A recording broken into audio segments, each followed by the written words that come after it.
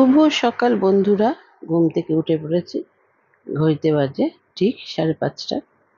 উঠেছি 5টার সময়। ফ্রেশ হয়ে 5:30 পুজো টুজো হয়ে গেছে। এবার একটু চা খাবো। তো চা খেতে খেতে বাগানে যাব। আজকে তোমাদের সাথে একটা কথা শেয়ার করি। আমার নন্দনকাননে কিছু কিছু গাছ আমায় চেঞ্জ করতে হবে, মানে মেকওভার করতে হবে। এটারটা ওটাই, ওটারটা ওটাই করতে হবে। তো চলো, আমি সকালবেলাতে কি করেছি, একটা লিকার চা খাই। আমি তোমাদের বলেই ছিলাম এর আগে বন্ধুরা, আমি সকালবেলা লিকার চা খাই। তো একটু মোম জ্বালিয়েছি। ক্যান্ডেলটার সুন্দর, মানে স্মেলটা খুব সুন্দর, রোজ। আর একটা ফ্রেশ ধূপ জ্বালিয়েছি। আসলে কি বলতো, একটা ফ্রেশ ব্যাপারটা না খুবই ভালো লাগে। আর সকালবেলা যদি স্নান করে পুজো টুজো করে এরকম জমিয়ে বসে চা খেতে কার না ভালো লাগে বলো। আর তার মধ্যে পরিবেশটা যদি এরকম হয়, কি বলতো, অল্প মানে রোদও ওঠেনি, এদিকে টিকটুক করে বৃষ্টি পড়ছে। আমার তো খুব ভালো লাগে। আর এইদিকে দেখো, উনি চুপ করে বসে রয়েছে। ওনার বিস্কুট খাওয়া হয়ে গেছে। ফ্রেশ হয়ে চুপ করে বসে প্রকৃতির সাথে কথা বলছে।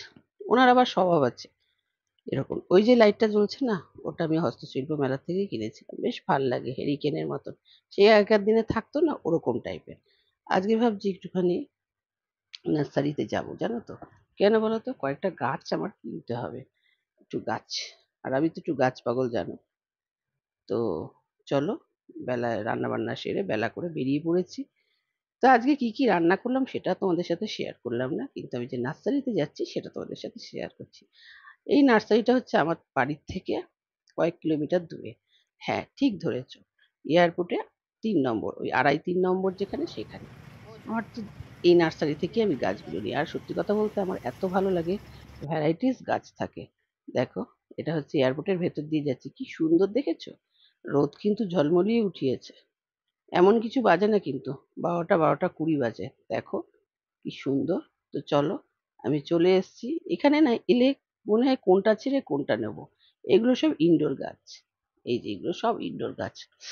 আমি ইনডোর গাছই বেশি নেবো, কারণ আমার ব্যালকনি নন্দনকাননের জন্য ইনডোর গাছই পছন্দ। কারণ ইনডোর গাছই থাকবে, ব্যালকনিতে থাকবে বলে। তো কয়েকটা ইনডোর গাছ নেবো। আর সবচেয়ে যেটা জরুরি, যার জন্য মানে আমার নার্সারিতে আসা, সেটা হচ্ছে তুলসী গাছ। না, ওরা তুলসী গাছটা না ফ্রি দেয়, মানে টাকা পয়সা নেয় না। আমি 4টে 5টা হয়তো গাছ কিনলাম, কিন্তু আমাকে ফ্রি দেয় তুলসী গাছ।